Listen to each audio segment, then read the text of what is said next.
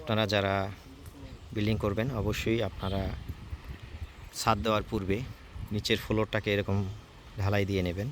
তবে ঢালাইতে অবশ্যই রড দিয়ে নিলে ভালো হয়, তাহলে ফ্লোরটা ক্র্যাক করার সম্ভাবনা কম থাকে। অনেক সময় দেখা গেছে সাইডে গাঁথনি থাকে, গাঁথনির যদি কোনো কারণে ফেটে যায় বা লিক হয়, বালু যদি ভিতর থেকে বের হয়ে যায়, তাহলে ফ্লোরটা দেবে যাওয়ার সম্ভাবনা থাকে। ঠিক আছে। আর রডের গায়ে যেগুলো সিমেন্ট বালু লেগে থাকে এগুলো অবশ্যই পরিষ্কার করে নিতে হবে। এবং এই যে ফ্লোরটি কমপক্ষে 15 দিন আপনারা পানি দিয়ে এটা কিউরিং করতে হবে। এবং যে কলামগুলো আছে কলামগুলো কিউরিং চলতে থাকবে। এগুলো একদম কমপক্ষে 15 দিন কিউরিং করতে হবে।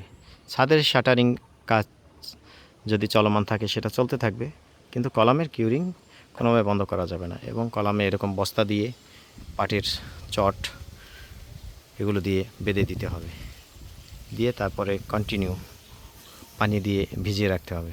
যেহেতু এখন গরমের দিন, পানিগুলো শুকিয়ে যেতে পারে, তাই ঘন ঘন পানি দিয়ে রাখতে হবে। ধন্যবাদ সাথে থাকার জন্য।